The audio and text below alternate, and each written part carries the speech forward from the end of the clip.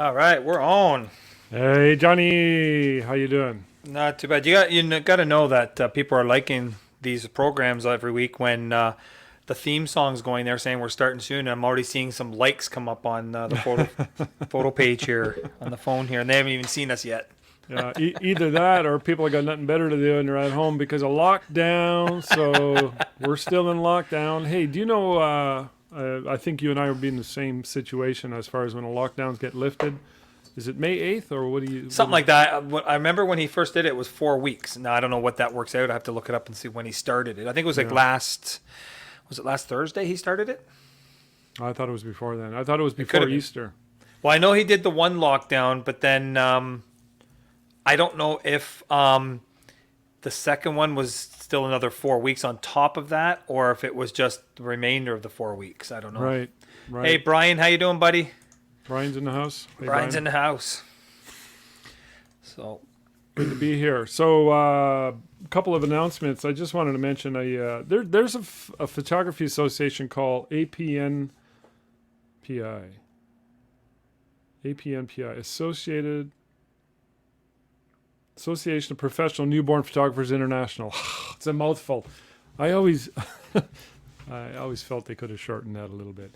APNPI, Association of Professional Newborn Photographers International, interviewed me this morning, to promote their new series coming out in May. There's a bunch of photographers who have come up with all different types of series, sort of like a Creative Live type thing, but for newborns. And they asked me if I would do a series on the baby's first year wall panel. So I did, and I created a 4-part series, which I got real excited about, and delivered that to them with 2 free bonuses for anybody who signs up with them. And that'll be a fairy webinar, because newborns and baby's first year ties into child portraits, ties into the natural flow of things, which would be fairies and medieval and ice fairies. But if anybody's big time into newborn photography, check them out. Go to APNPI and see what you think.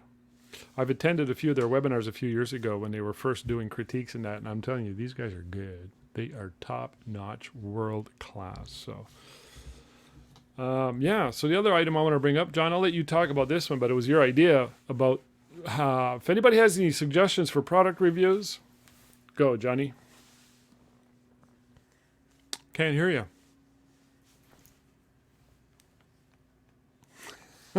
sorry, I forgot I muted myself there for a second. Actually, go back to mute. I like that. I forgot I muted it because I was checking the stream on. I always like to make sure that we're streaming okay, so I was just checking the sound on there, so I muted myself. So okay, good. I hope you weren't commenting while I was talking, because no, it was kind of nice with that silence. Are we doing product reviews today, or are we? No, I just wanted as a news item that it was an idea that you'd come up with for down the road. I thought it'd be a good idea. So if anybody has any ideas of products that they either are using and they want to give feedback about it, if they want our feedback on certain products, or if we have something that you want us to maybe we use and you've wanted to buy it possibly and you're thinking of it, let us know, because we'll give feedback. Because I know Brian there is I've been talking with him for probably 6 months now regarding the Godox lights, which I know you already have. I think in the States there's a mixture. It's Godox, but they also have Flashpoint. I think that makes it's Godox with the word Flashpoint on it. It's the same thing. And here in Canada we have the same ones. They're called Strobe Pro, and they use the Godox lights and just put the Strobe Pro name on it. Although now I think, if I'm not mistaken, they've gone back and just put the Godox name back on it again, I think. But I've been looking at those and getting those, so I can't wait to get them, because I'll do a product review on those once I get them. You can already do it. I'm sure Brian can. So I'm getting some. And the new turntable I'm getting that we'll talk later maybe about. And then even cameras. Like I'm a Canon shooter. You're a Nikon/Sony shooter. 100% Sony, have been for 6 years now. Yeah, but you used to shoot Nikon too, so I'm sure you have feedback if anybody has questions on some of the old like 750s or 7000s or whatever they have. I forget the numbers that they have. I could talk about the Canon ones. 800. I'm still using my Canon DSLRs, but I'm actually looking at jumping in the next month or so and going to mirrorless again and getting the big honking R5. So I can't wait to get my hands on that. Product reviews are a good idea. I like that idea, and Yeah. I think the best product reviews are the products that are reviewed in the field when you're actually using it to make money. Yes. Sales Exactly. I agree. 'cause, versus like, just buying a toy. Can I give you like when you buy? Yeah, have you ever, John? Have you ever bought something and used it maybe twice and it sat on your shelf? yeah. I got I'm this sure right I here. have. Osmo. I bought that, I don't know, 6 years ago. I paid $700 for it. I've used it maybe 3 times. Yeah, and I have the newer version of that. Well, not the newest, because I think the Osmo 4 is out, and I have the 3, and I love it. I use it at least a couple times a week, getting don't. used to it and familiar, because my phone, I could do video at this phone for like 1080p at least, and for a lot of the stuff that I'm doing behind the scenes with and that, I don't need the 4K, and it's beautiful. I'm getting good B-rolls with it and things like that, so I love my Yeah. Osmo. So I can give feedback on that too if they want. Yeah, that'd be good. And maybe I'll be inspired to put mine to work. And I I don't might be know- getting into real estate photography a bit more too. And if I'm doing that, we might be doing the video too. And I'm just going to fix my mic too. And if I do that, I'm looking at getting a gimbal that you use with your DSLR slash Right. mirrorless too. So Right. to do the smooth transitions when you're doing the walkthroughs and stuff. Okay, well, that's cool. Yeah. Are you going to So- use your cell phone for those or your DSLR? I'm going to mix. It's going to be a mixture of both because I have my friend Dave that's doing it with me. He'll be the video guy on my side. He has his nice Sony 4K video camera, and I have my Canon one that I'm actually on right now for everybody. And plus, I have this which does 1080p. And for walkthroughs like that, you don't need 4K. You just need 1080p for a real estate MLS walkthrough. So I could get by with this no problem for a walkthrough as long as you know how to use it properly. You can get beautiful stuff with it. And I've done B-roll with it for some other stuff, and I'll do some feedback on that too. Cool, lots of product review possibilities. Exactly, because I know a lot of people will be wondering. And we got Diana on the line here too. Yeah, I asked Diane if we could pick apart some of her images, which we're going to get to in a minute. Brian would love to hear more about real estate photography, so I'm getting into that, so we can go on that a little bit. Plus, we already had what's his name there, Randy, I think. He was on not too long. How many episodes back? Hey, and he you talked about you just offended Randy. He says it's not real estate photography. That's right. Well, he doesn't do real estate. He does like Architectural- contractors and architectural. architectural His is a photography. totally different ball game. Yeah, but I do have a webinar I did a few years ago with a guy. Oh, what's his name? He's from out west, Alberta, and he does real estate photography, and it was quite informative. It's in the Really? forum. If you you want said- some really high end stuff, there's a guy in California. F Stoppers did this one guy, and he does like high end $1 million homes, and the way he does it is just phenomenal. It'd be more like what Randy does. Architectural, but no, this guy does. He had some really good information. He was talking about how for a listing for real estate, you have, I forget what he called it. It's like your marquee image. That's your main image, and it's typically of a kitchen or something like that. All the other images are sort of side shots, but you'll have that as your main image, and you really spend a lot of time. And he goes through the technicals and how he lights it and works it in Photoshop, and it really has that ultra dimensional look to it. So.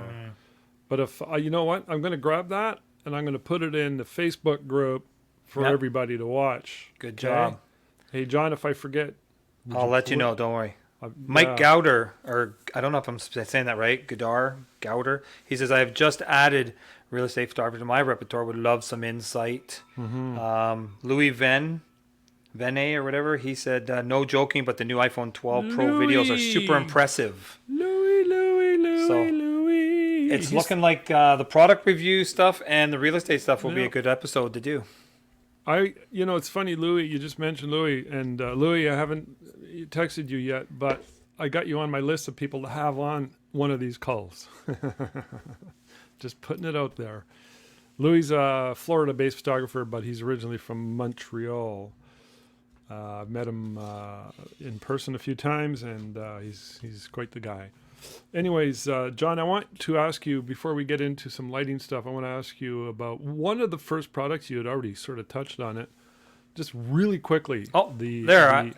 We lost each other for a second there, but I think we're back. No, they didn't lose me. We lost you. You disappeared on us. I don't know what happened there. I think something with my internet said the connection was gone, but I got a full internet connection here. I don't know why. What's going to happen is we just bought a new computer. I think I told you that. And that's going to be our new main computer in the office here that we do all our editing. The old computer there, I'm probably going to set up somewhere where I can use that for my streaming Nice. computer, You're gonna have and your it'll be own- hopefully hardwired into the modem when we want to do it, type of thing. You're going to have your own sort of podcasting corner. Yeah, probably. So That's cool. I love it. This is my podcasting corner right here with Yeah. my messy wall that my wife hates. I love it. This is the back end of our studio. That's a working photographer right there. It's kind of creepy back here. You know, there's all kinds of sketchiness. And oh, that's one item we can do a quick mention. Okay, I was asking earlier in the second, John, I want you to just talk really quick on that turntable as what we're going to be talking about once you get it. Okay. But I'm just now live streaming on my webcam setup, which is the Sony, which thankfully to you, John, you told me how to do this, which was to get that HDMI. It's not an adapter, but it's a converter, right? Yeah, it's called a capture card. Capture card, and it was like $30 off Amazon. So I finally ordered one, and you and I had done a few tests. And this is the Sony RX10, which is my first ever mirrorless camera that I bought years ago.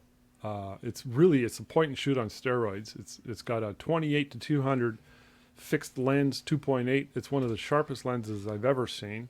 But it's only a 1-inch sensor, so it's a sweet little camera. It's perfect for travel, and I call it the voodoo camera. But anyways, I'm using it as a webcam, which means the battery is going to eventually die out, which means I'm going to have to eventually, if I like this setup, I'm going to have to get the adapter that you had mentioned too. So I don't know these things unless I talk to guys like you, John, who tell me, yeah, just go to Amazon and buy. There's a battery thing that'll convert it, plug it in the wall, and I'll have nonstop power.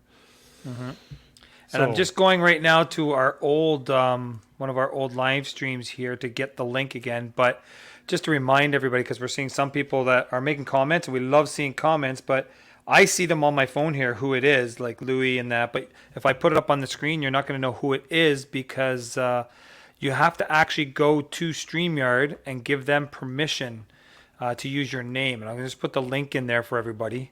And if you get a chance, go on to Street. Just click on that link. It'll ask you for permission to use your name in the thing, and then boom, we'll be good to go. And then when I put your name up there, we'll know exactly who you are. So I'm just putting it in there right now. I love that background, Louis says. Oh, thanks, Louis. Glad my clutter and random quotes and comments are appreciated. Blah, blah, blah. Yeah, I'm looking at the live stream now as well. So, Yeah. anyways, So I put it in there. So yeah, do you want to? Let's get into some lighting, but before we do that, just tell us briefly what you're buying. That Oh, yes. turntable, and then yeah, we don't have to get into it deep. No. But we can. I'll share my screen and I'll find it here for you because I just had it opened up a second ago. So what I'm actually getting into, for people that don't know, is especially when we're in lockdowns like this, one thing that I'm finding is finding different ways to, of course, be able to use my business so that I can Keep busy. I can work in the lockdowns because I can't have anybody in my studio. So why not shoot products? So I can take my nice little bubbly can here if I want, or a hockey skate, or a backpack, and I'm buying. I don't know if they can see that on the screen right now. We can see it, yeah. And I don't know which screen I'm showing here. It's I the think it's, 360 product photography turntable. Yeah, I'm just trying to see which one. So it's probably this one over here then. This one. Can you see my cursor now? Yep.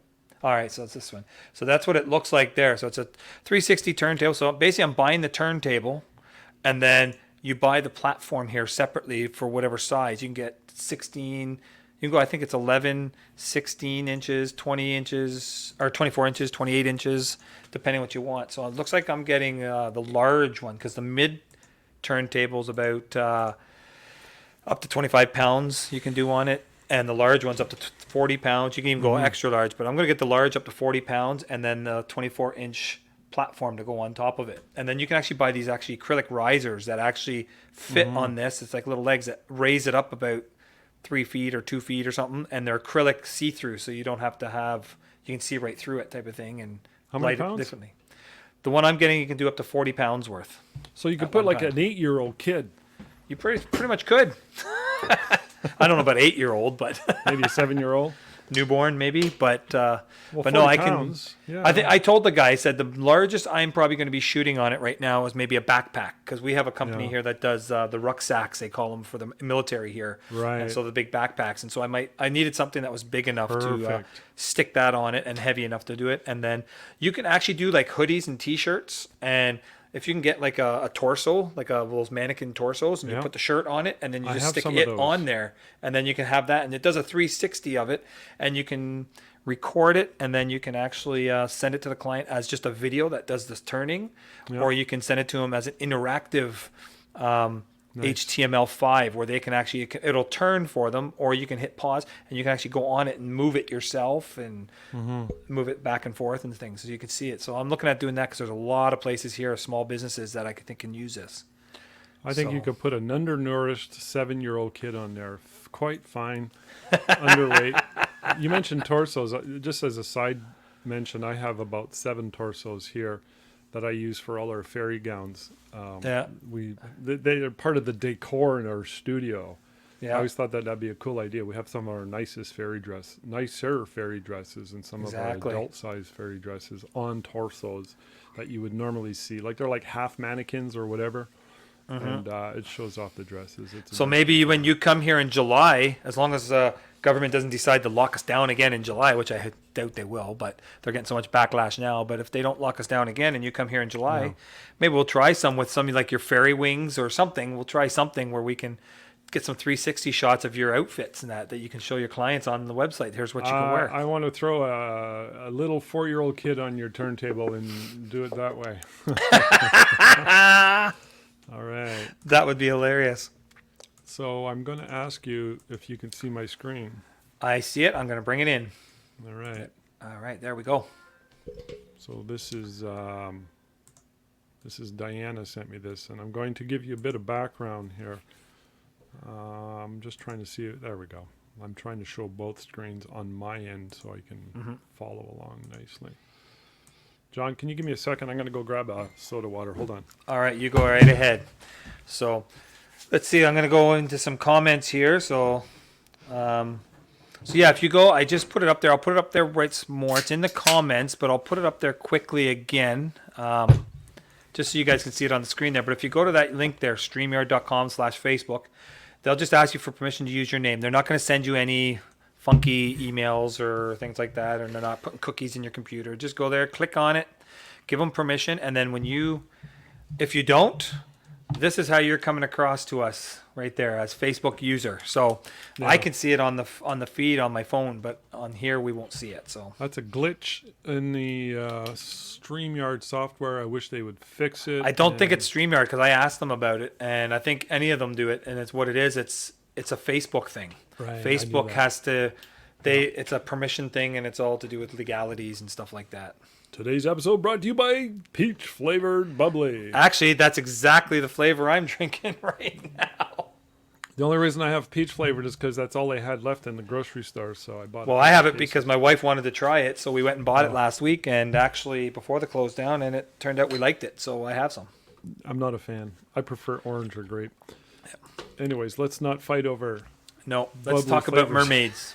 Let's talk about Diane's stuff here. All right, so Diane, I just want to mention real quick that I did a sort of a webinar / mastermind with Diane and Nancy Tilburg, who has Nancy's out from Thunder Bay. She has a farm where she's doing pop-up weddings, and she has like horses and dogs, and Diana has a similar idea. I think Diane's out in Ohio.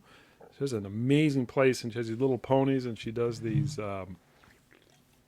things with the unicorns, Okay. but with a live pony. And we talked about that, and I thought this is amazing. And so she's going into doing fairies and whatnot, and fairs. She's done some fundraisers and others within her community. I mean, what a powerful way to brand your studio than Definitely. live unicorns, like these little cute little ponies. They literally look like real unicorns, and the kids would love that. So when we're talking about fairies, and you're talking about whether it's knights or medieval princesses or ice fairies, mermaids fits in the same realm. I don't know if there's a huge market for it. There may or may not be.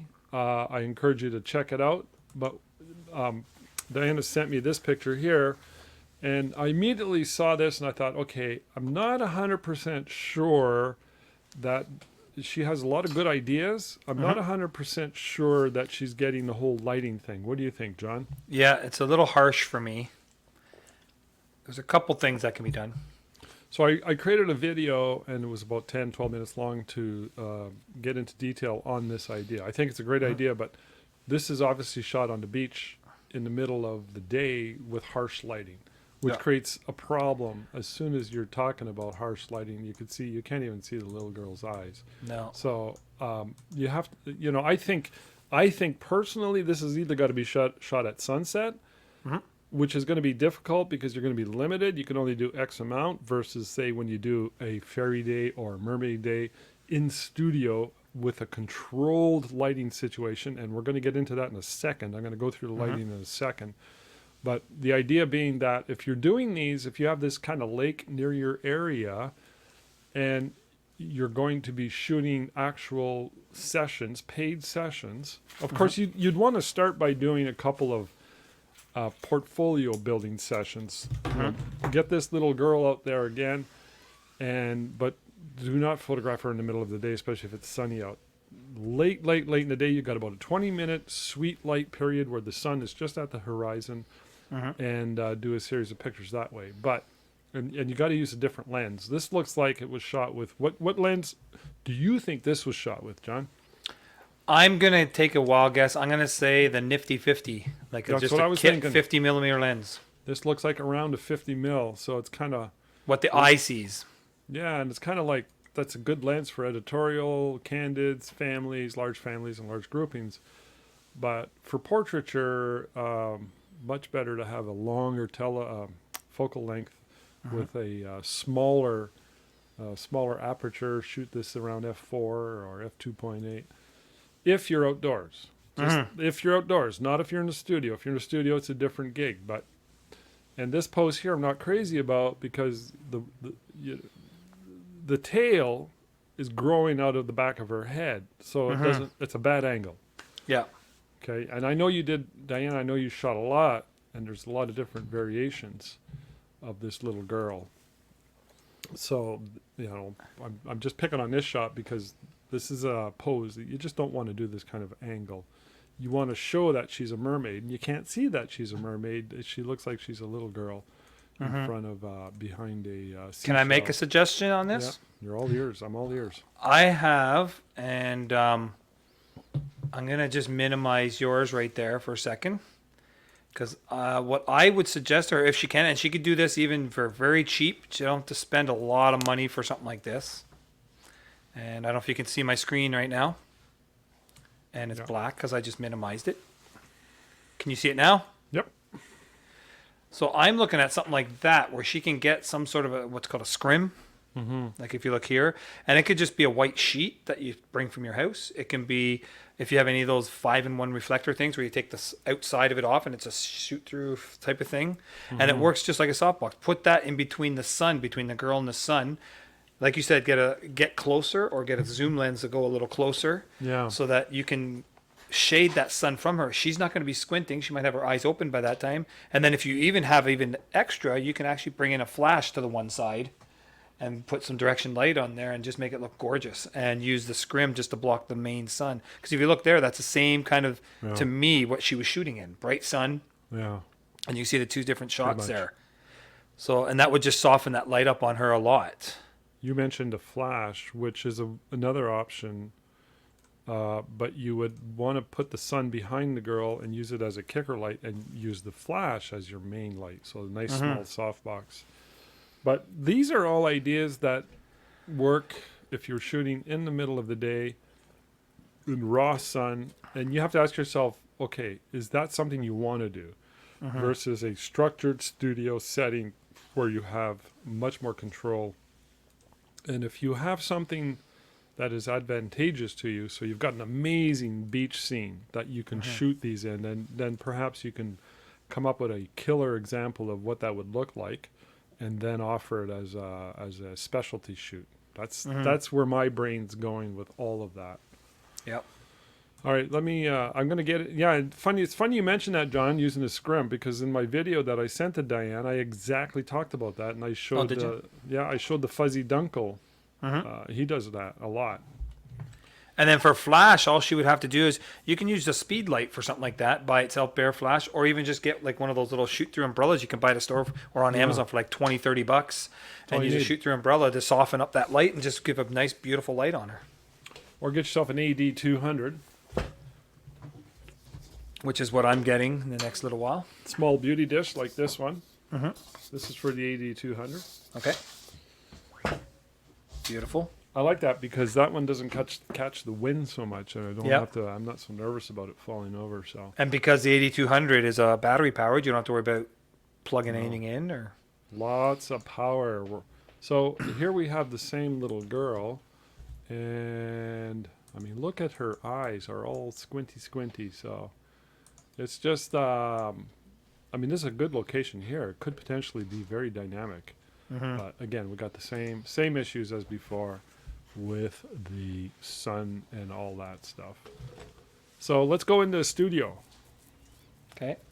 I've talked about this a million times, and I'm going to go over the basics. And it seems to me the idea of controlling your light sometimes gets lost on people for whatever reason. I mean, lighting is infinitely complex and ridiculously simple at the same time. So here's my basic setup for all my fairy stuff.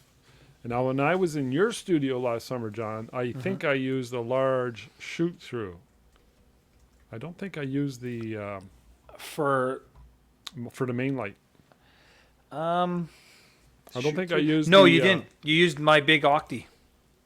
You have an Octodome or a I have that Octo? big 7-foot Octo that you have. That's like an umbrella. Okay, I used yours because I don't And pack use mine mine. because it doesn't collapse.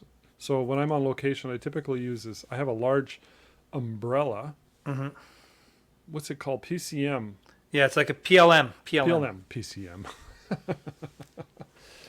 PLM. It's a ginormous. It's 80 inches, and it's got a diffusion panel on the front. So it's a big umbrella with a diffusion panel. It's the same idea. It's a large source of light. Yep. That's what you want. A large, soft source of light. Look at this, where this main light is. Vis-a-vis, there I'm turning French on you guys. Vis-a-vis the mushroom, which is basically the area that we're going to photograph the fairies in. So what is it you notice about that main light, John? It's pretty obvious.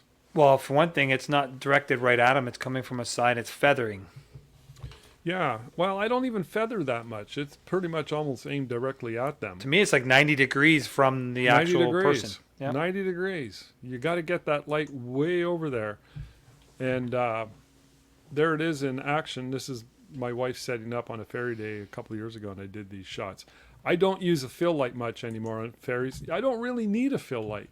But so fill light's optional. But you could see on my fill light here, I have a, what do you call that remote firing mechanism? The trigger? Pocket Wizard.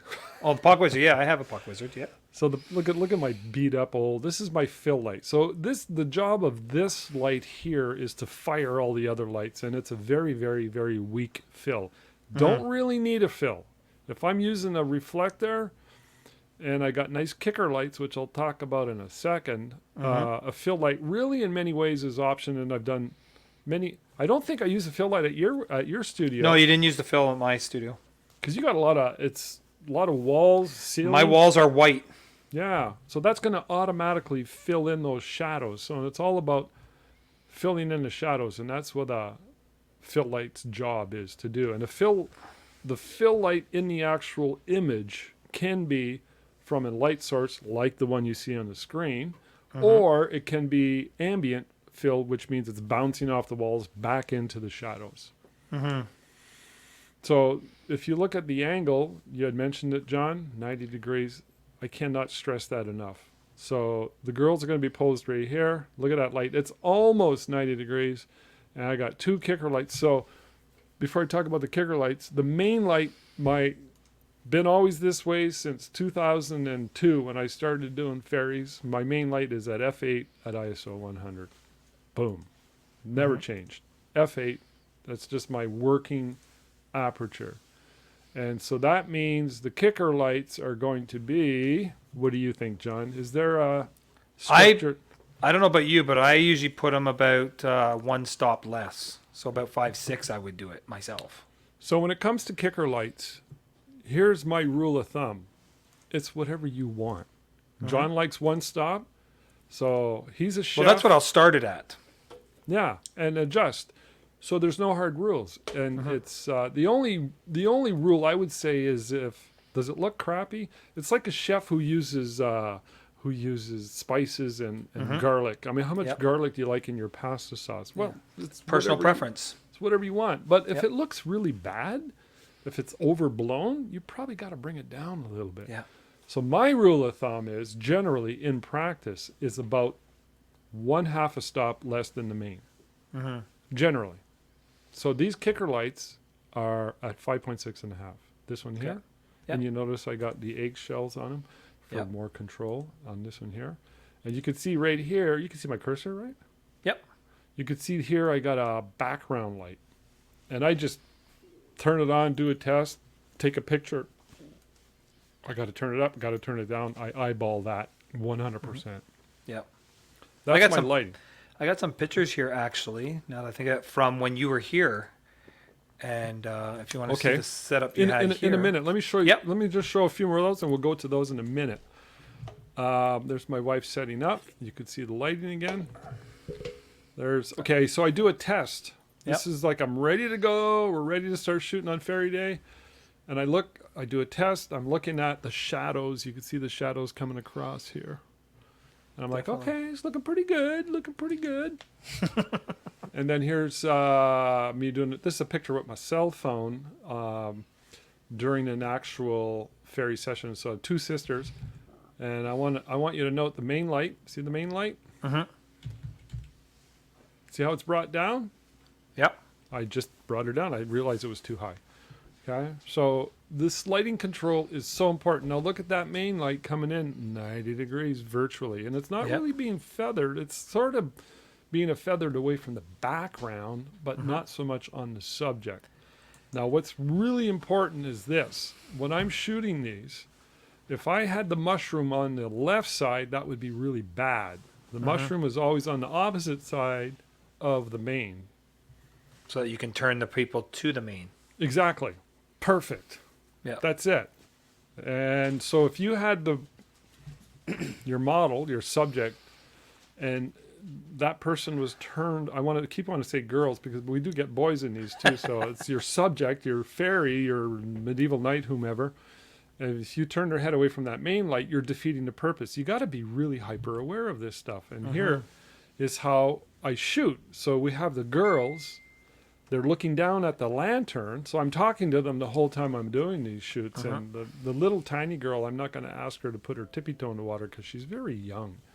But I'm asking them to hold hands, and I'm asking the bigger sister to, my wife will go in there and cross her toes. We're adjusting and adjusting the gown all the time, and I'm like, okay, can you guys look down at the lantern? Boom!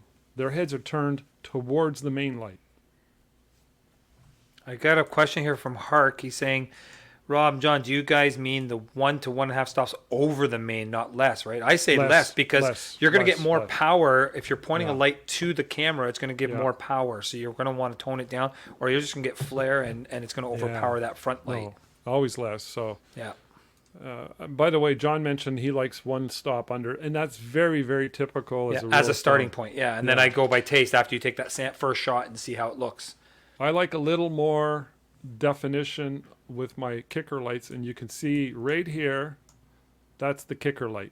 Now I also go by the hair too, because sometimes if it's a blonde hair, if you go a little bit more, it's going to wash it out a little bit on where that kicker hits it. But if it's dark hair, you're going to want more because it takes more to light a darker subject. So you got to make the call as you're making the call as you're going along, and if it's overblown, it's overblown. It's overlit. It's overlit. And if it's washed right out, you're not going to bring those details back in Photoshop no matter how you try. So you can see the shadows on the mushroom. You can see the shadows along her arm. But more importantly, you can see the shadows on the left side of their faces because the right side of their face is turned. But you still got a nice little light hitting, kissing that cheek a little bit, which is nice too. Yeah. See, that's the older girl by herself. So when I photographed this one, I asked the little girl to just take a break for a minute, and I did a bunch of her alone. She's already sitting on the mushroom. And you could see how she's turned right into the light. Probably less than ideal as far as tweaking the actual pose, because you could see her back eye there. I probably could have turned her head a little bit more towards the camera. But, you know, when you're doing a bazillion fairies in a day, no one's going to fuss. This isn't for print competition. And here we go. She's looking straight at the camera. Very, very common pose. You could see the reflector. I always use a reflector. I was going to ask, because on the one picture there where you're showing your setup under your fill light, you had a little round reflector under it, I noticed. I wondered if that was in that was random. Okay. I hadn't set it up yet. I probably But is that the should've. reflector you use to get those catch lights there? That or just I have a bunch. I have so many reflectors. I just grab whatever's handy. And I just got those new ones now that are actually on a stand, and they have like the spokes that come out and hold it. And I it's have that too. rectangle, and you can have black, white, silver, gold. Those are really, really good. Yeah. But I have a ton of these large oval reflectors that I often will just use that, and I'll use a clamp. And I love reflectors over fill anyways myself, so over a fill light. Right. Whereas I know other photographers are total opposite. They have to use a fill light. They just like it better. So this girl here, you could see on the left side of her face, there's that kicker light coming in nicely on her left. So, and the main light's doing its job. You can see there's a triangle right there. This is a shadow, which is, if there were zero fill, this would be pitch black. Okay. And you could see shadows caused by her hair. I mean, the lights, this angle is probably a little bit,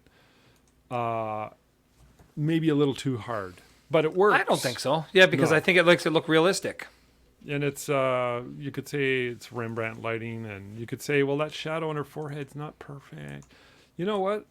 The parents loved it, and this is one of the ones they ordered. So let's talk about mermaids for a minute. I did a mermaid shoot with this young lady a couple of years ago, just for fun. I asked her to come in, and you could see I have 2 kicker lights, which is the main light source. And I don't have a pullback shot of this. But I thought, well, maybe mermaids are a thing. So That's the shot from that pose? yeah, so I bought some mermaid fins, and I added them in Photoshop, and it's far from perfect. And I'm like, kind of, it's not really working. Oh, it looks amazing, though. Does it? Okay, I'm not really happy with it yet. And I think one of the problems I have with this is the fact that I have the lighting's wrong. And I didn't really think of that until... So it occurred to me, if you're a mermaid and you're... Like, this is a shot of a mermaid going up to the surface, right? So, my light should be directly overhead, and she should probably lift her chin about, so like she's looking like she's going up to the surface. Okay. Doesn't that make sense? Yeah. Versus this lighting. You know, this lighting to me is almost like studio lighting. Yeah, so you're saying it should be, well, still, like when that light hits the water like it is, it's going to scatter all around anyway. So you're going to get those kickers coming in too and that. So I think you're okay. But I think I know what you mean. Instead of having the main light more frontal side, have it come from above, maybe in a beauty dish or something. Yeah. I want to do another one, and I want to modify the lighting. So I'm just playing with these. I'm not crazy the way the mermaid tail kind of is placed on her. I don't know. Maybe it's me. So she was wearing her bikini top, and I took it off in Photoshop. So, and then there's this one here. So I'm just having fun. You know, I was just playing around.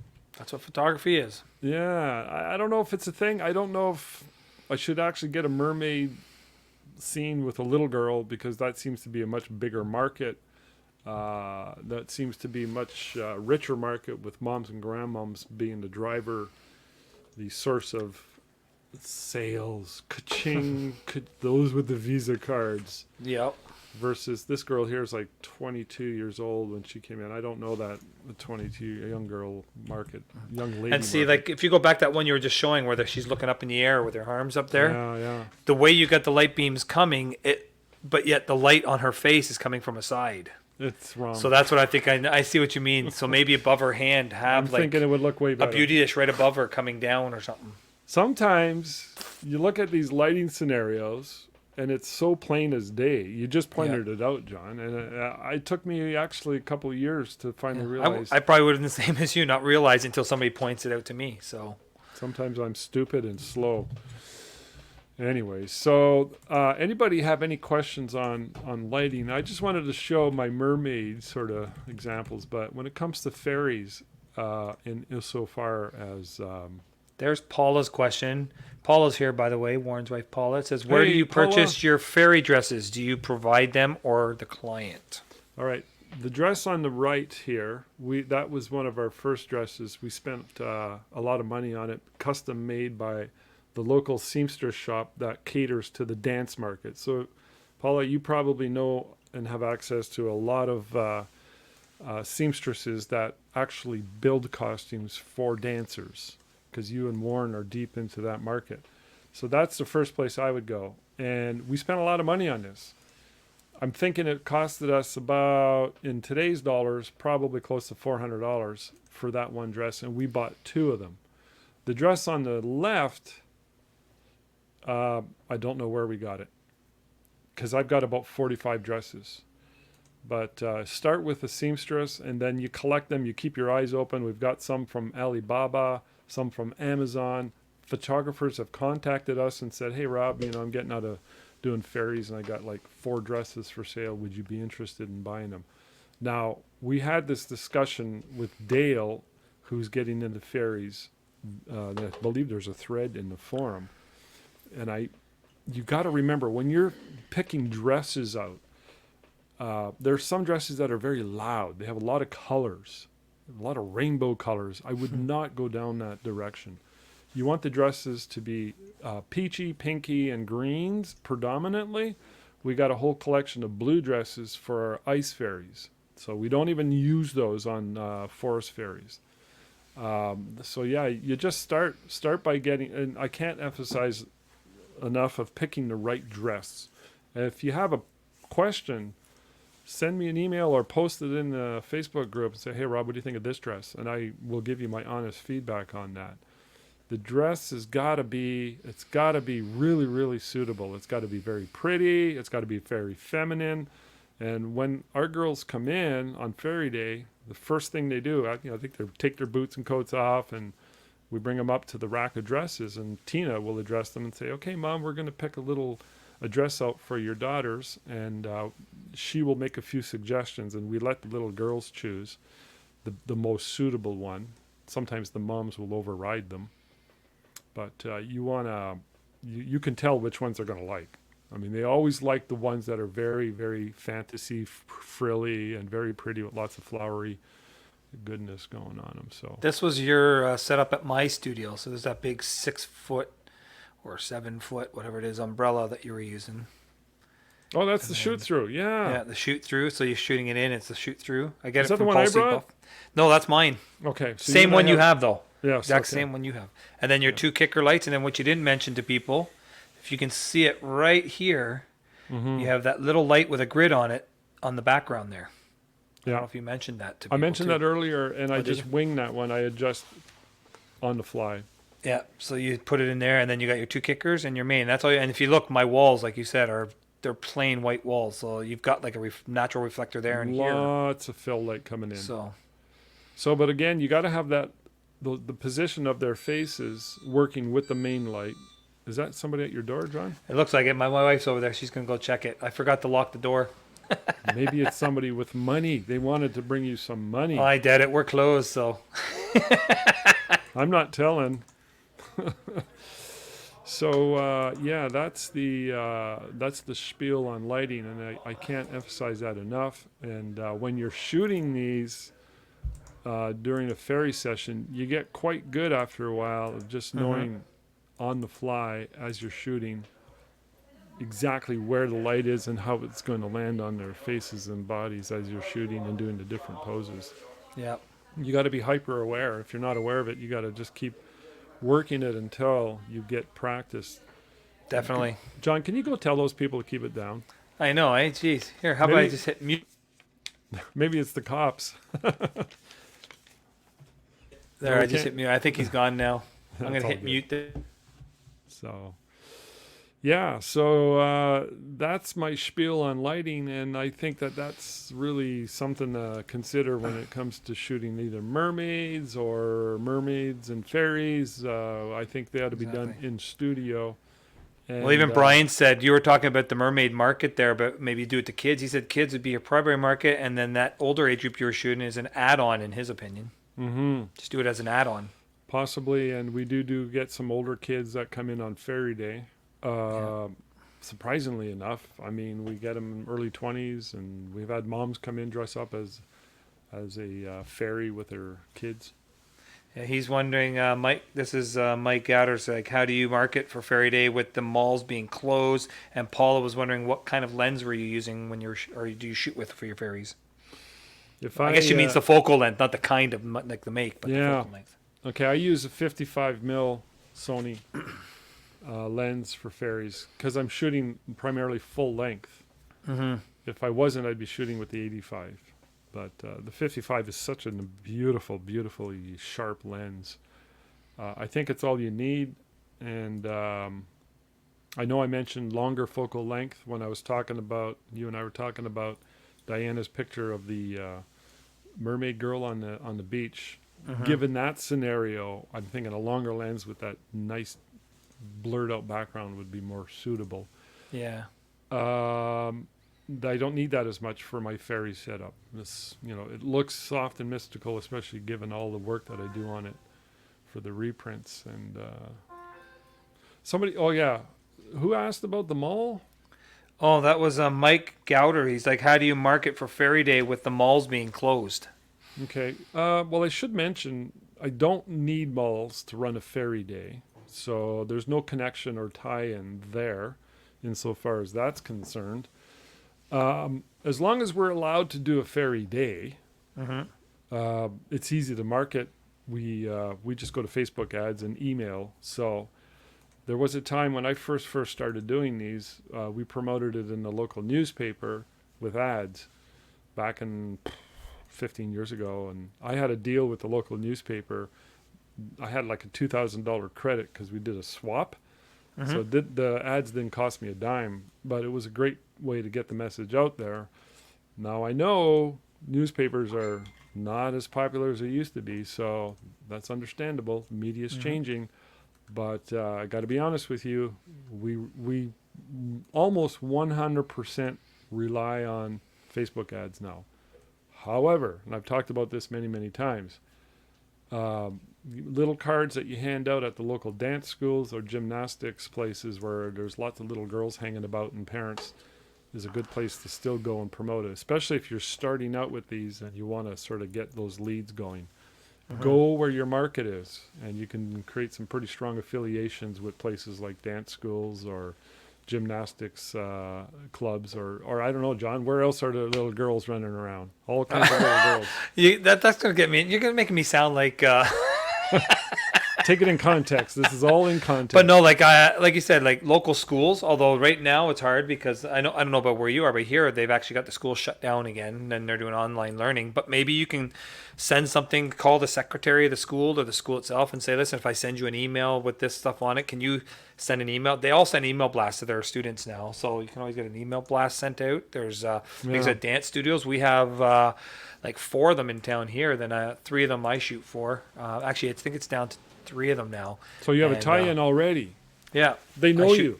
They do. So, I mean, that helped you and I sell out your event when you came here last year, because I went to 2 of the dance schools that I know here and said, hey, this is what we're doing. Would you mind sending this out to all your people? And they're like, yeah, definitely. So they did. Yeah. And so I think, did we send you some 4x6 inch postcards? No. Did we do just ask them to send it out to the Yeah, I email? just told them to send it out. I just sent them this is what it is and that. But now that you've been here, now we'll have actual samples from when you were here with local people. Then we can get you to maybe send some more stuff out that we can do, even if it's just digital wise, and I can send it to them to send out to all their friends, and they'll see people and say, hey, I know that person. So this kind of thing goes viral, man. It's crazy. It's especially crazy. if you have some people here that were actually in the posters that or whatever we send out the blast, I can tag them on it, and when they see it, it goes on their wall, all their friends see it, and then they're going to share it with all their friends, say, oh, remember we did last year, here's what we did, you got to go and do it now yourself. So what about are Girl Scouts still a thing? I think they are. They're not big here, but I think they are. You know what, a good place to go, to believe it or not, is probably Starbucks. Do you know how many young teenagers and younger than teenagers? My daughter's 13 and they live at Starbucks. They love Starbucks. So I mean, you want to get some little girls, they all love their Starbucks. Starbucks is like the town square. Yeah. Make a deal with Starbucks. Say, hey, listen, here's a little card or something for every drink you send out. Can you put this with it that they can see it or something like that? But our number one thing is Facebook ads targeted, and we've come to realize over the years that is probably the best. And I do not ever want to take this kind of stuff for granted, because I'm assuming everything changes. Yep. So you got to keep on it and constantly be on guard for those changes, and you can change as you see fit. So especially nowadays, everybody's on either Instagram, Facebook, or both, and because everybody's online, they're all not at home; they're here online. Well, so. When I advertise on Facebook, by the way, it's also includes Instagram, so it goes on both. So is Diana still in the house? Are you with us, Diana? I don't know. I don't know. Paula says Facebook and Instagram ads, yeah. But yeah, I don't know if she is or not. I'm sure she is. She's just probably being quiet. targeted Facebook and Instagram ads. I've created many videos on this before on how to target them. And can I tell a quick story on that? You go right ahead. 5 years ago, I was shooting a wedding. It was a beautiful couple. Absolutely love this couple. They were just so nice. And the bridesmaid, I went to the bride's home, and the bridesmaid was hanging around, and her name was Danielle. And I'm just shooting the shit with her, and I'm talking. I'm saying, oh, so what do you do? And she goes, yeah, I live in Kelowna, BC. And she goes, I'm a social media person for this franchise called Tommy Gun, which is a male barbershop franchise.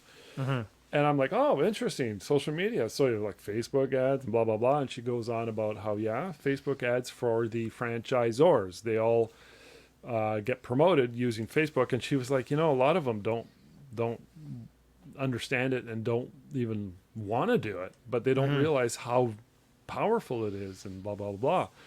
And I said, well, that's cool. I said, do you mind if I contact you someday and pick your brains about that? She goes, yeah, no problem. So I contacted her a few months later, and I did a webinar with her, and it's in the forum. Then I realized about another 2 years after that, Facebook changed everything. So everything she said like they always do. It was all irrelevant. So I contacted her again. I said, can we do another one? So we did an update. And I paid her a fee. I paid her a consultation fee for doing this. And I put it all in the forum. And I learned from her, which was smart. I think it was a smart thing to do. Oh, Tina's in the house. You want to come say hi? She has a cappuccino from Starbucks. See, I would get Colleen to come say hi, but she's not getting in front of the camera. She's camera shy. So anyways, I had this thing with Danielle, the social media from girl from Tommy Gun, and it really helped me immensely. And now, I used to go back and watch the video over and over again. I make notes. Okay, just want to make sure I'm doing this right. Now it's like I don't even have to do that anymore. So it's quite simple, but it's a very, very dynamic and a very powerful marketing way with which to get leads. If you have something, you got to have something worth selling, something that's like an irresistible offer with a rich market, like fairies, or like me with the hockey. And said, do you want me to bring some hockey stuff in? Yeah, I want to ask you a question though, John. When you're doing your stuff with your turntable, how would you pitch that? Just kind of brainstorming here. Yep. How would you pitch that to obviously manufacturers and people that have products that they would possibly want photographed that way? where would you consider going out into the market to? I've got a couple ideas. Colleen and I have been brainstorming about it. One is, of course, like in my same mall here at the other end of it here is one of the new, it's called Can Apothecary. It's a new cannabis hemp type store because they're popping up everywhere now. But I had done a product shoot for him before, and we did about 40 or 50 different products for him. And there went everything from like little lip balms that are made from hemp products to rubs that are for pain and everything to a book that he wrote, things like that. And so we shot them just on a plain white background, white on white, that he can use for his website, just standard static product shot. So places like that, the new products like that. Right. So there's a lot of different places here. We were even thinking, well, there's that one company that actually made me think about it, was that one Warrior Gear I told you, where they have the rucksacks, but they also make the belts, and they make different things for the military and that, but they're also making stuff, and they wanted to do the 360 of a lot of their products. It was his idea. So we're going to do a lot of stuff with his products. But there's also like different shoe stores here. Like there's one here that's a fitness store that also has a gym in the back, but in the front they actually sell their chiropractors and doctors, and they actually sell orthopedic shoes and stuff. So we can actually do their shoes and do a 360 of their shoes that they sell. There's also, we were even thinking to even go right outside of the box and maybe even approach some of the restaurants in town with their dishes. Like when you were showing last 2 episodes ago, I think you were showing the food shot you were doing for that pizza guy in town. Well, why not have some of these restaurants make a beautiful dish that we can put on this and do a 360 of that dish so people can see everything on that dish in a nice little 360 type of thing and look right at it. That's another option. I'm not saying it's going to take. I might have to try a test to see if it works. Because you'd have to shoot at the proper angle so you can see the food properly, but I don't want straight up and down, or else you're just doing a circle. So if you could do it at a right angle where you can get it and still have it turn and people can see the food on the plate and how it looks on the plate. I think that might be kind of cool. So we're thinking outside the box. There's a lot of different places here that I think there's a place here that makes my t-shirts and my hats and stuff like that. They might have some products that we can put on there that you can do hats and stuff. So I think there's a market out there. It's just a matter. And for what I'm going to be paying for it, I think if I can get my first couple shoots, 2 to 4, I think 3 to 4 shoots, maybe 3 to 5 shoots, and it'll be all paid for, and then the rest is just gravy on top of that and just making money. So I think once it starts, there's a local beer company, actually. There's a couple different craft beer companies. So they would love to have their craft beers because they're always in cans. You don't get craft beer in bottles. So do a 360 of their beer cans and stuff with their products on it. And the good thing is you shoot it in a way that they can actually zoom in on it too, so they can actually see the write-up on the can itself and stuff. Right. So totally interactive. So what about LinkedIn or your B&I group? Both of them. I'm sure I can. We have a window company, Valley Window and Door. Maybe they want pictures of their windows from both sides so you can see it, and their doors. Now that's a little different because with doors and windows, they get heavy. And the one I'm buying, you can get up to like 40 pounds on it. So I might have to wait. And then once it starts taking off and I see that I got a market for it, I can look at. They have larger ones that you can actually probably do like doors and stuff. I saw one that had a golf bag on it. So, well, you'll keep us posted as you explore these options. I'll be looking forward to it. And I'll do some behind the scenes on my first couple ones that I do, and that way we can always bring it in here one day and show people what I did, and this is what the product comes, and this is how they used it. So. Cool. But it's great because you can use it for your anybody that's doing an e-commerce site, this might work for them because any products there's so many people nowadays that just open up Etsy, like your wife there with the earrings and stuff. So many people are opening up little shops of their own stuff, and they just go on Etsy or something and advertise on there or on their own website. Who wouldn't want a nice 360 of some of their products that they sell? So if somebody had, say, a pendant or a couple of earrings, and you had sort of 2 poles with a fishing line or something on top where you hang them from. How could you do a 360, or if there's another way? So maybe the poles are outside of the turntable so they don't show up when it's spinning. Anywhere? No, wait a minute. No, that wouldn't work. Well, see, it depends what you're shooting. Like with the backpack, I know I'm going to want to show it nice and full and big. I'm not going to want it all crunched up. So you can probably stuff it with paper and stuff. And then if it's still not standing up, you could probably hang like a fishing line on it just to keep it standing up. And like you said, have a pole going across, sort of keeping it in place. Now, the thing about the turntable, it's good, is it comes with the software. That's why I'm paying so much for it. It comes with the software that's interactive. So you're linked your camera by USB into your computer, and then your computer's linked in by another cable to the laptop itself also, and then it's all interactive. Once you set your parameters of what you want, how many shots you want, and what degrees you want, then it takes over. You just hit start on there. You don't even have to touch your camera. Once it's all set up, you hit start on the program, and it tells your camera, take the picture. It waits for a few seconds. It rotates whatever degrees you want, like 5 degrees or something. Takes the next picture, rotates, and it always gives us you can set it for a little lag time in between each shot to give the camera, after it shoots, time to settle down for a second, and also when the product turns, to settle down for a second and then shoot the picture. And Cool. you could do some of them. They were showing there was like about 48 shots for the whole 360, and it looked good, but I found it was a little jerky. And there's ones I've seen that go up to as much as 300 shots, and it's just a smooth just turn. Like, it's beautiful. So it depends on speed and exposure and all that good stuff. I think it's not as much the speed. I think it'll be more of the degrees you're shooting, so you know exactly how many shots and what the product is. Like if you're at, like, say 5 degrees, it might take 90 shots to shoot this whole thing all the way around, and how big the product is, of course. Whereas it might take, if you're only shooting, say 2 degrees, it might take 300 and something shots to turn that whole thing all the way around. Who knows? So I guess it depends on what the degrees is and how many shots you're taking. Cool. So it'll be fun. It might be a whole show on its own. Let's talk about your sports team stuff Exactly. before we wrap it up. And Paula was saying TikTok is becoming a popular site too, but I refuse to get TikTok. So I still haven't got that far yet. Brian, or Mike Gowder? Oh, he clicked the link. Look at that. What is your ferry package and pricing? And then Brian, it's a company called Iconisys, but I can send you the info. That was a lot, I know. So Mike was wondering your ferry packages and pricing, but that's probably a whole pricing show we can do. Yeah. What's the range, basically? If you go to my studio website, you'll see it. Yeah. Go to my studio website, westmountphotography.com. I'm going there now, actually. And you'll see one of the menu items, ferries. Click on that. Okay.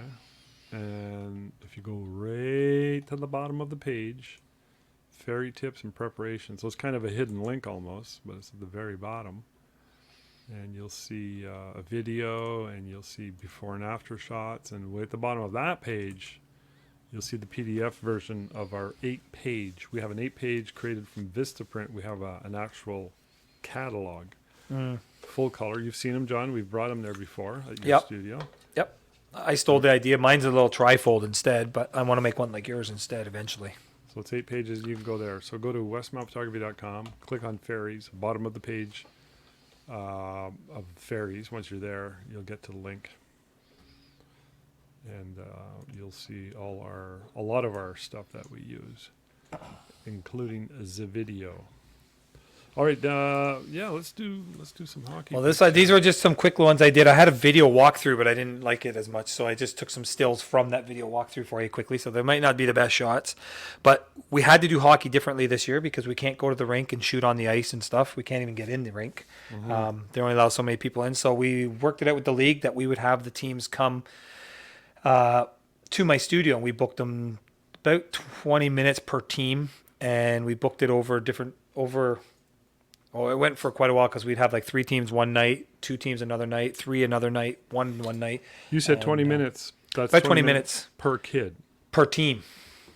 The whole team in 20 minutes? The whole team in 20 minutes. All right. Usually when I'm at the ice doing it, I can do a whole team. I book 20-minute sessions. I can do them in 10 minutes. Are they wearing skates or? Yep. Well, not when they get there, but on the pictures, yes. So basically what we did with this was we organized it where the manager would greet me in the front there with their mask on. You could see kind of my entryway up here somewhere. They would come in, the manager would be, hey, we're here. All the team would stay in their cars. And then she would call 2 to 3 players at a time because we were only allowed, this was during a lockdown where we were only allowed so many people in the studio at one time. So she would call in 2 or 3 players to come in. They would come fully dressed in their equipment, carrying in with them their skates, their gloves, and their stick. They didn't need a helmet. So they would come in, take their shoes off out there, and they would walk through that door we see, and that bench there is usually what I use on the ice to do the team pictures. We set up there, and if you look, that's about a 4-foot by 8-foot sheet of masonite board, basically. Similar to like the stuff you use for your prints. Right. So it's about an 1/8 of an inch masonite board with a white coating on it. So they would come, they would sit on that bench and put their skates on because I didn't want them walking on my floors with their skates on, unless they had skate guards on. And then from there, once they got them on, they would walk over this way to this board, which I think you can see right there. So they would walk over here. And I don't know if you could see it. That was what the one before it was. There's like a little piece of white duct tape going all the way across. Right. And there's another one right here. I wanted to keep it white because the company I use wants white background. And you can see where their skates were because it's basically ate it up after a while. They're ruining your backdrop. So that's where they would go. And I told them, when you got your skates on, you stay on those two boards. You don't go anywhere else. So they would line up with that as their center mark. And the way I would tell them is line your toes up so they were just touching that white line, not on the line, just touching it. Nice. The reasoning for that is I needed everybody to stand in the exact same spot. Right. Because my camera had to stay at the same height, the same distance from player to camera, and the same zoom on a lens. I was using a nifty 50, so I didn't have to worry about zooming.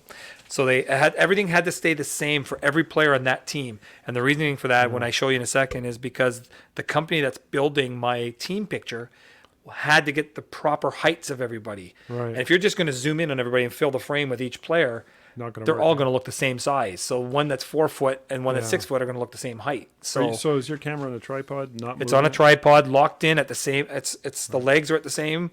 The height of the camera's on there, and it stays right where it is for that whole team. Well, we did for the whole league, but I just kept it there. But and then you can see here, I'm using 2 lights on the background just to make it white. But I could get away with 1 for this because they don't need a pure white background. They just don't want shadows. What's your main light? My main light, right there on a boom arm, it's my Einstein with a beauty dish on it. Nice. But I do not have the grid in there. It's just the sock on it because I just wanted a nice flat light coming down. Yeah. It was dead center, coming right on them from high above. So it just added a little thing in there. And then my camera, you can't see it, but it's actually on a tripod right here underneath. And it stayed in the same spot the whole time. And then my laptop was right beside it on another stool. I was tethering to there. So I was recording on the card and tethered to the laptop. So I can have. So that's how the setup was for that. And then if I go to, I'll show you what they came out, how they come out looking. So if I share this screen now, so these are how they actually Wow, we came get to out. see it. And we're gonna share a different screen. While here, you're doing actually. that, I'm gonna grab another sody. Hold on. You go right ahead.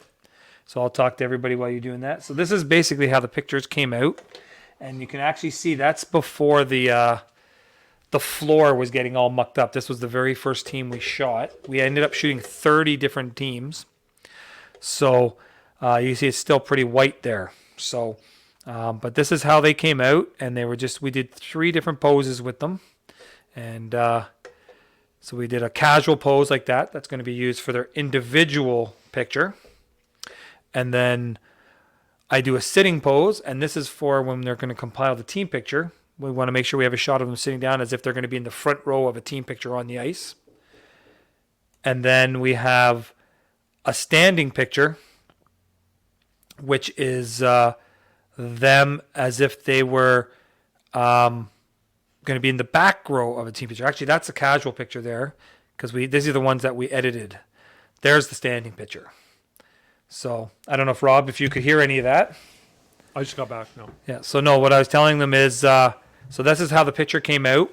So you can see there's no scuff marks there yet because this was the very first team we shot. No, so the board was pretty white still, but that's just that one beauty dish hitting them from the front, and then because we just want an even, fair light. We're not trying to do Rembrandt or anything. We just want a soft, even light. Nice. So this was their casual pose. This is the one they would use for their individual picture, and then we would get them to sit down on a chair, and this is as if they were going to be on the ice in a team picture, sitting in the front row. Right.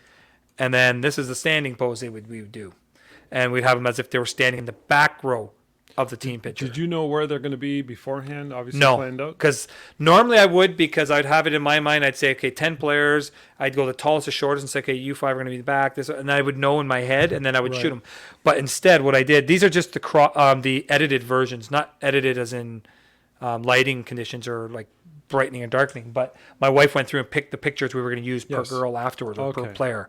So this player, we would have shot one of these. We would have shot a sitting and a standing. And then later on, we would go through all the standing pictures and see who the tallest were and work our way down. Okay. And then edit. And then we would think in our mind, okay, this kid's going to be in the front row.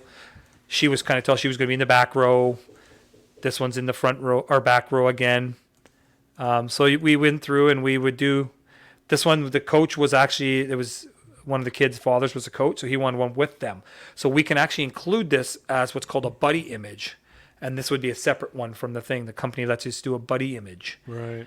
So we make sure that we get them in there. The coaches too. We get the coaches in there. So you can see we just go through and we shoot every player. And each player takes about 30 seconds once they're set. Okay. Each player takes about 30 seconds. And then that's why I said we can do it in 20 minutes, no problem, as long as they're all there. All right. So that was the before shots. That's what they look like before. And then we send it into our company. And I'm just, where is it here? And here comes the after shot. So I'll show you the individual ones first. It's got the team picture in there too. So you'll see them all actually. Nope, this one here. So here's how they come back from the company. Big difference. Yeah. So if I zoom in on one of them here and we change the share here. So there's the individual shot. Mm-hmm. So if they order 8x10s, 5x7 prints, 4x6s, the 4x6 magnets, anything where it's going to be like the individual shot like this, it's got his number here. It's got the player's name, the year. We put 2020 even though we shot it this year, but this was the team that started 2020/21 season. Right. So it was the 2020 season. And then it's got the league logo in there, and we're using the league colors, even though they're in black and that. Most of the teams, if they're the rep teams, have the green color. So we use the league's colors for this. So you can see that's that.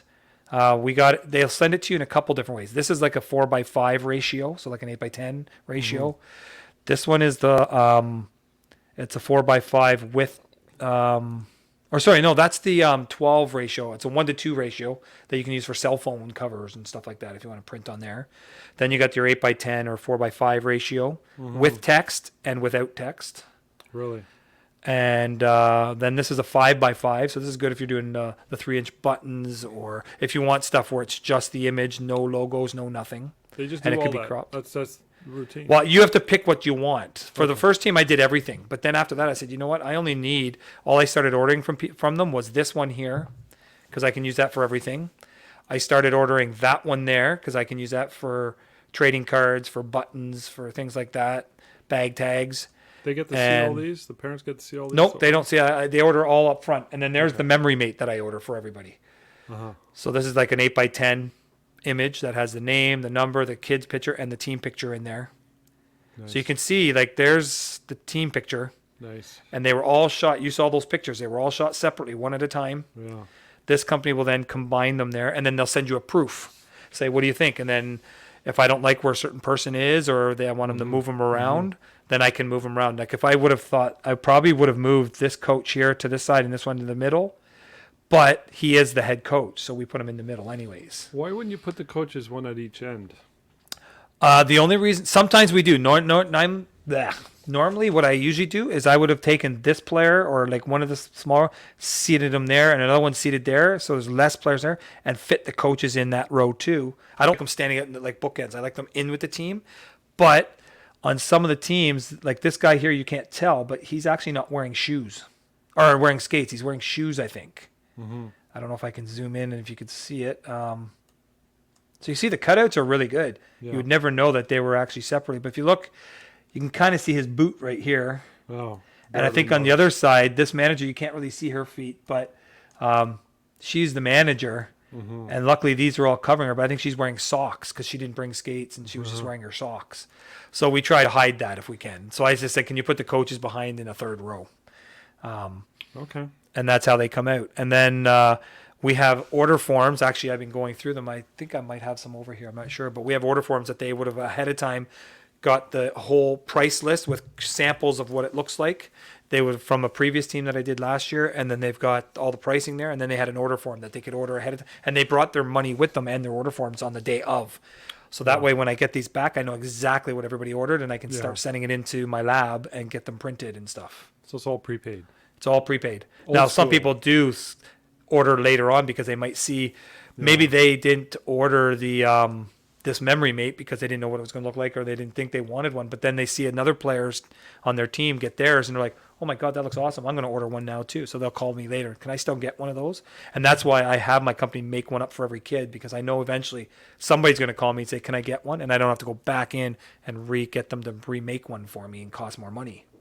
Love it. It's already made for me. So How are people paying for it when they're prepaid? Are they putting cash in there or check? they do. We do it anyway. We can do cash. We can tell them to do e-transfer if they want. But we also have my little device that I could do credit card and debit payments right on the spot too. Yeah. So they pay right up front, and it's good. We did 30 teams in this league, and we did over probably like a 4-week period. We did 30 teams. Cool. Now, normally what we can do, and if I show you here, I actually opened it up for you here. I just got to get the right window here. I know we're running late, so I'm going to try and do it as quick as I can. But if I go share screen again, hopefully I'm not boring everybody. No, it's good stuff. It's good stuff. Makes me I want to go- get into sports photography. I'm just trying to find the one screen that I'm looking for here. It's a good, reliable source of income, especially during a lockdown pandemic. Exactly. So there's a couple things you can get that this company does, and they actually help you through. They send you things, and I forget, it's called a Last-A-Light. I'd have to get the name of it again and let people know what it's called. Mm-hmm. But I'm just trying to find the right window here. There we go.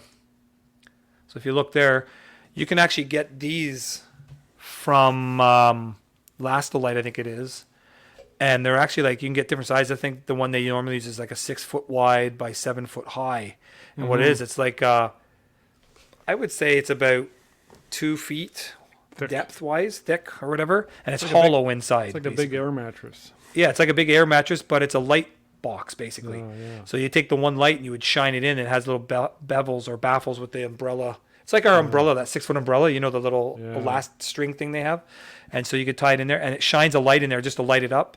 And then it has a little train that goes on it all the way Nice. out to here. And then you can actually, you just shoot it and then you make your one light. And a lot of people use that, but those are like about, I think for the 6x7 in Canadian dollars, you're probably looking somewhere around $1,000, I think. $800 to $1,000. It'd be worth it if you're doing a lot. If you're doing a lot, exactly. So I'm looking into it. So that's one way you can do it. So you can set up, even if you just take like paper backdrops, and you can set them up in the rinks, and from there you can actually have it where you can do all the league in one day type of thing, which is our goal in the future, of course, when we can get back in the rinks. And then just to show you, these are some of the templates that they offer. They have lots more, but they can show it's any sport basically you can think of.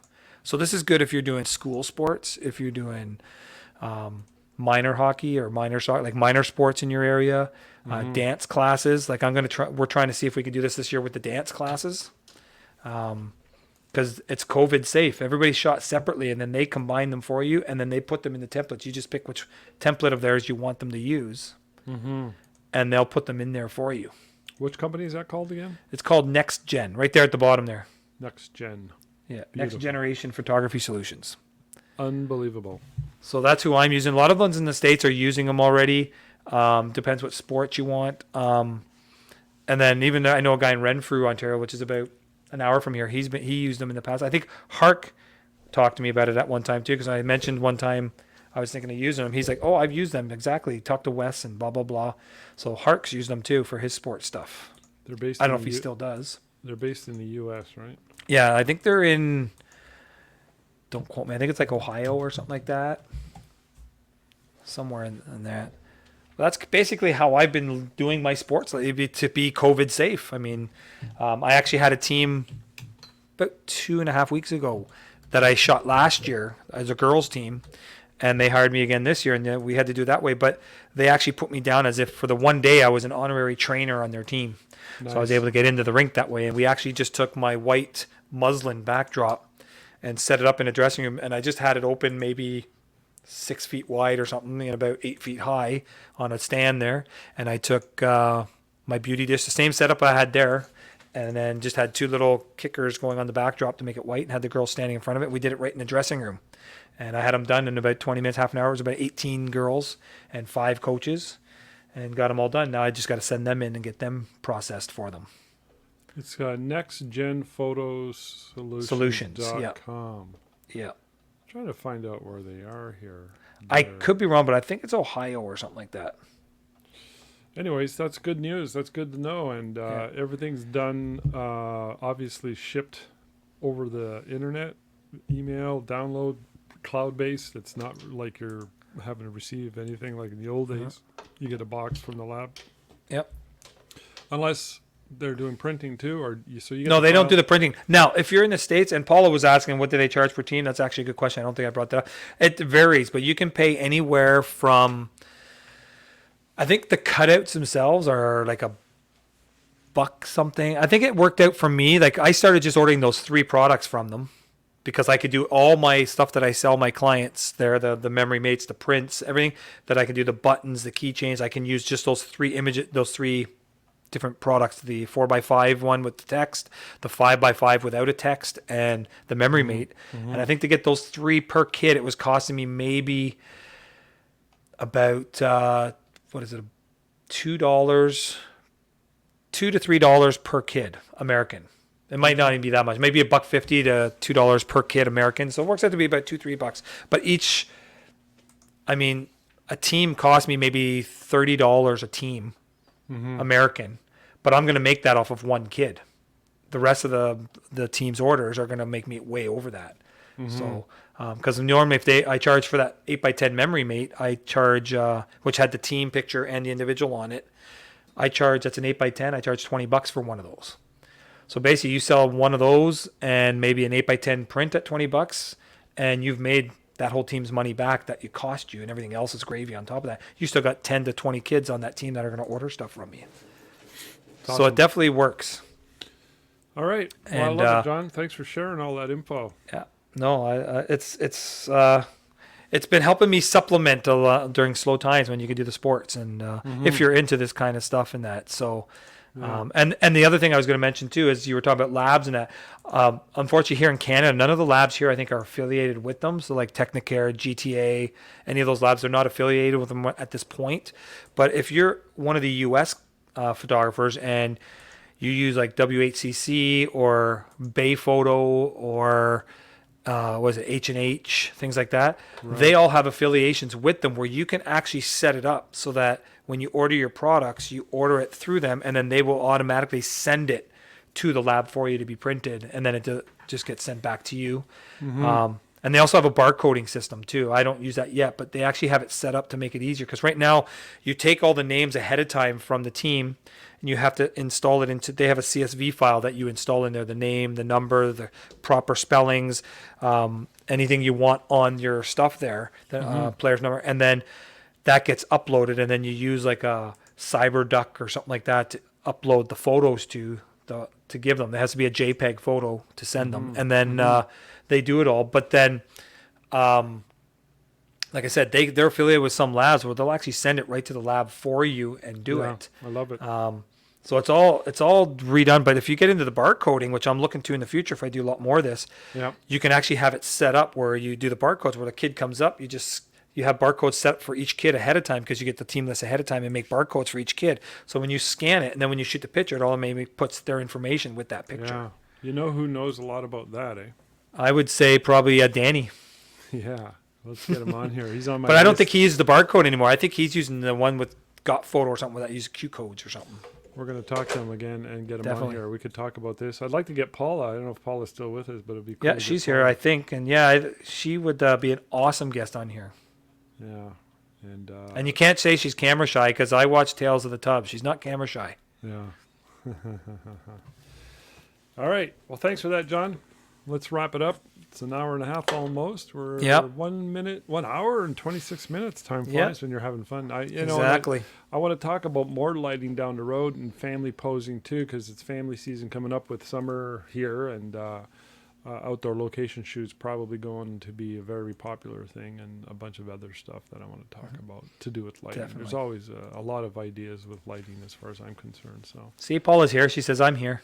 yeah. So can we get a commitment from her right now, Paula? We're going to get you on as a special guest. Maybe Yeah, we're going to put you on the spot right now. Get a commitment from you right here, right now. maybe next Wednesday. I'll hit you up. She'd be good for babies and stuff like that and Yeah. things like that. Yeah. And high volume, because her and Warren have been doing. I know they're not. Yep. Maybe things are working out for you guys, Paula. But Weddings too. Your dance school was such a big part of your, your annual income. She said she's in. She said, absolutely. All right, we'll talk. Definitely. All right. And she can also tell us how to deal with somebody like Warren. Warren is incorrigible. Never mind. Warren's one of the best guys I've ever met. Yeah, no, he is. He's a good friend of the industry, and he's an amazing individual, and he's got Yeah. an amazing wife. So, Exactly. all right, shall we go? All right. I think we should. I think we bored them enough. Thanks for attending, guys. The replay will be in the forum, not in the forum, in the Facebook group. And everything is tagged according to topics on the right. If you go in there, you click on any one of those topics, and it'll show you whatever. I'm adding more and more all the time. I've got a section on boudoir, a section on lighting mastermind, and a section on photo buzz replays, which is what this is. Yeah. And we've got a lot of new guests lined up, hopefully, coming in. I actually sent a message yesterday to the good gentleman I was telling you about yesterday. Oh, good. And he said he's still interested, so we'll set Good. something up with him for All sure. right. Nice to have those So, special guests and hear from exactly. people from all over the world. So, but All no, right. I'm looking forward to it. All right. So, and as I lead off all my other ones with, remember, if anybody asks you, tell them the butler did it. All right. Take care, everybody. All right. Thanks, John.